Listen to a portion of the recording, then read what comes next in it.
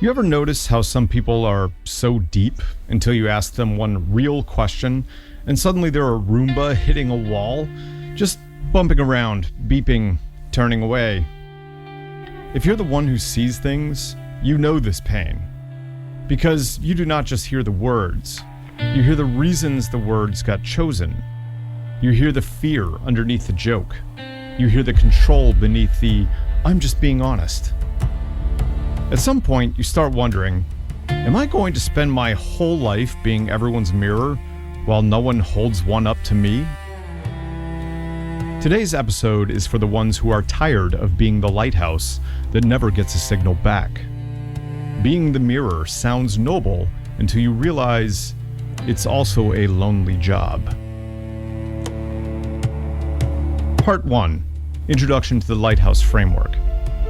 Signal, or the quiet ache. You've been the mirror in every room, the one who hears the unspoken, who names what no one else will, who holds others in their mess with precision and grace. But here's the ache no one talks about.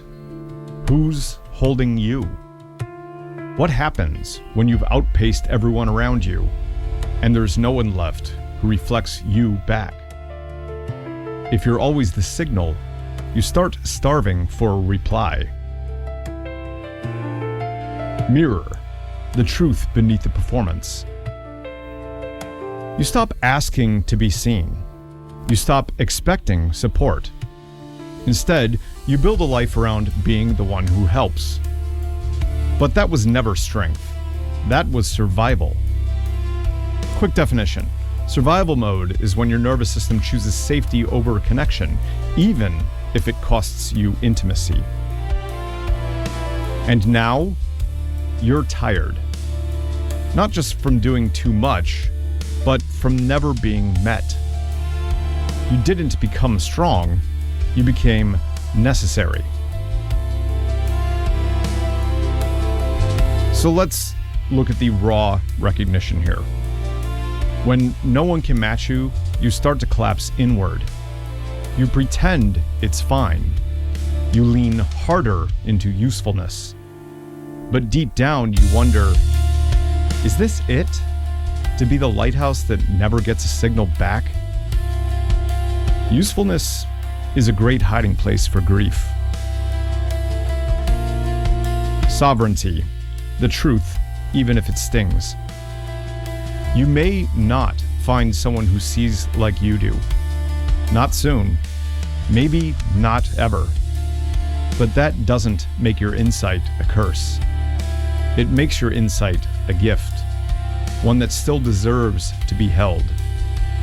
And here's the part that stings.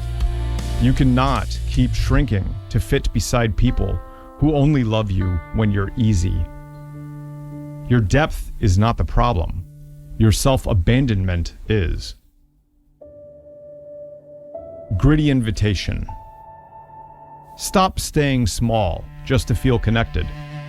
Start becoming the signal you keep waiting to receive. And when the day comes that someone matches you, you'll know it wasn't because you made yourself easier. It was because you finally stood all the way up. Do not dim just to be held by shallow hands. So let's get into it. We're going deep in this episode. Section 1. The pain of seeing deeply, always. When you're emotionally hyperliterate, it becomes your default mode. So let's define emotional literacy first. Emotional literacy is the ability to notice, name, and understand emotions in yourself and in others. You can tell what someone is avoiding before they do. You know what they mean before they say it. You can predict their defensiveness like weather. And at first, it feels like a superpower. But then, it becomes a job. Because if you can see the pattern, you start feeling responsible for the outcome. You start editing your truth so they do not fall apart. You start managing their nervous system like you're getting paid for it. At work, you become the culture translator, the one who smooths every conflict. Everyone can relax when you talk. And then you go home with that empty feeling like you just emotionally hosted Thanksgiving dinner for people who did not even bring napkins. Here's the cost. When you live in constant attunement, you forget what it feels like to be met. You get connection, but it's usually one way. If you're always reading the room, you rarely get to live inside of the room. Section 2, mirror fatigue. Mirror fatigue is what happens when you've been the container for too long. A container is the person who can hold emotion without panicking, fleeing, or attacking. You become everyone's breakthrough, but you are no one's baseline. And that does something to your body.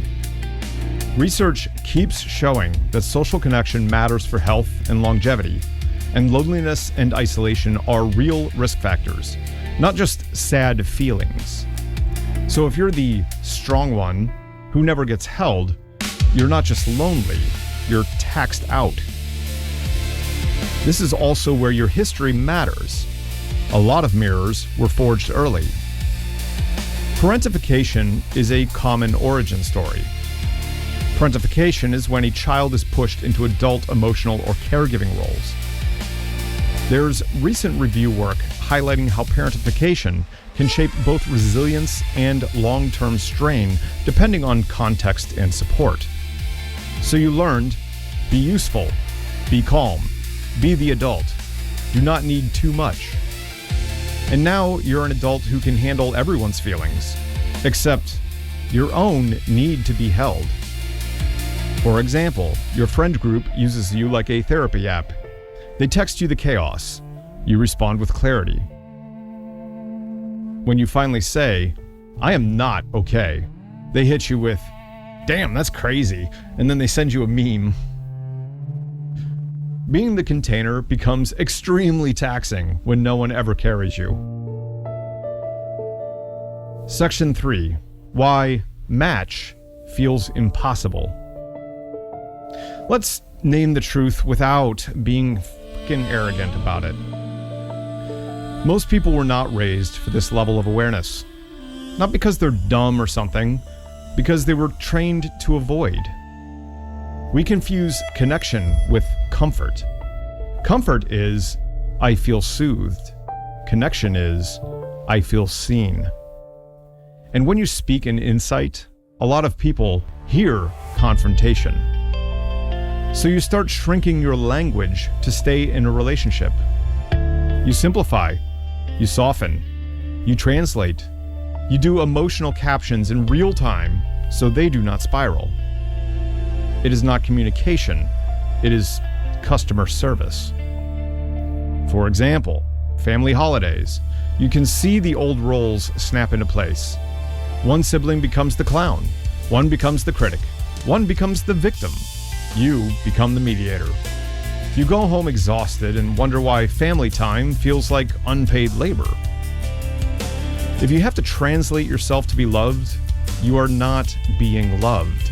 You are being tolerated. Section 4. What to do when you are the deepest person in the room.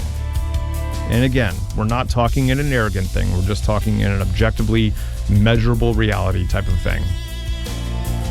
So first, stop faking ignorance to fit in. Do not pretend you do not see what you see. That does not make you humble, it makes you disappear. Second, choose solitude over starved connection. Solitude is chosen aloneness that restores you. Loneliness is felt disconnection that drains you. There is a huge difference between I'm alone because I'm defective and I'm alone because I stopped eating crumbs. Third, find other lighthouses, even if they're rare. This matters because the body does better when it has real support, not just people around. Quality matters. Fourth, create systems that actually nourish you. Not vibes, systems. 2 honest check-ins per week, a place where you are not the leader, a hobby where you are a beginner again, a friendship where you are allowed to be messy. For example, join something where you are not the expert. Martial arts, a choir, a writing group, anything that forces you to receive feedback and be human in public. Stop calling emotional starvation loyalty. Section 5. Handling scarcity without collapse. This is where the mind goes dramatic. No one can match me. And sometimes that is grief talking. But sometimes it is a defense.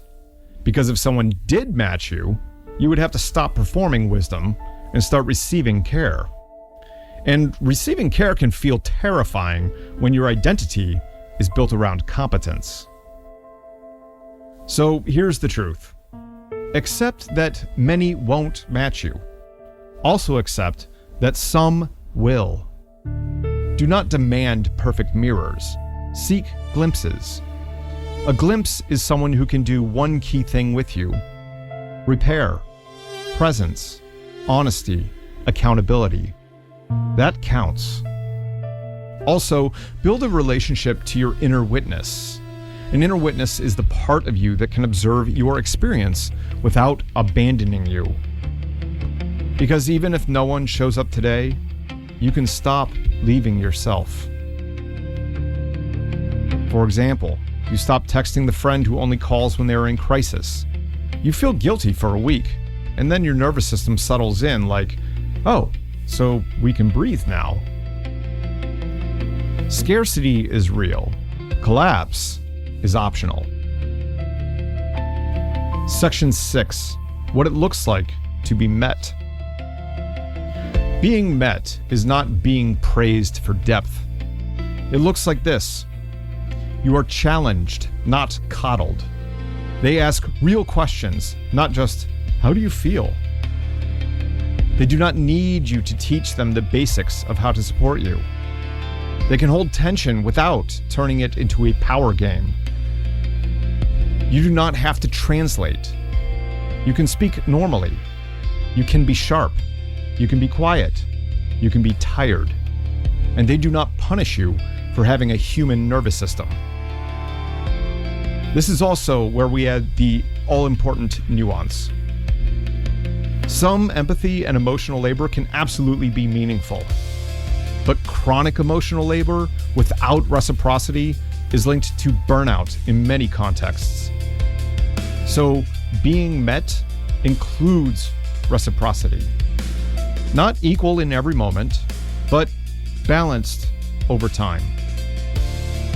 For a non-romantic example, imagine a friendship where they notice you're off before you explain. They do not demand a performance, they bring food. They sit with you. They do not make it about them. You feel your body unclench. The right people don't applaud your depth. They live there too. Section 7. Final words. You are not too much. You're just unmatched for now. You weren't made to be everyone's mirror. You were made to stand in your truth and attract those who don't flinch when it reflects them back. Do not dim for proximity. Do not shrink for applause. And yes, some people will call your depth intimidating. That's fine. Most people call anything they cannot hold too much. It helps them sleep. But here's the last mirror. If you keep choosing people who cannot meet you, the loneliness is not just bad luck, it is a pattern. So let's end with practice. Write 2 lists. List A drains me. People who require you to translate, soften, manage, or rescue. List B nourishes me. People who can hold truth, repair, and presence. Then answer, where am I calling history what's actually habit? Where am I calling connection what is actually access to me? What is one small boundary that protects my depth this week? An example boundary could be, I'm not processing your relationship crisis at 1 a.m. anymore. Or, I'm not being the mediator at family dinner. Or, I'm not taking feedback from people who refuse reflection. You don't have to say it out loud. Just internalize it. If you say it out loud, you're probably going to sound like an asshole. And finally, what this all boils down to is stop shrinking for connection and start building standards that can actually hold you.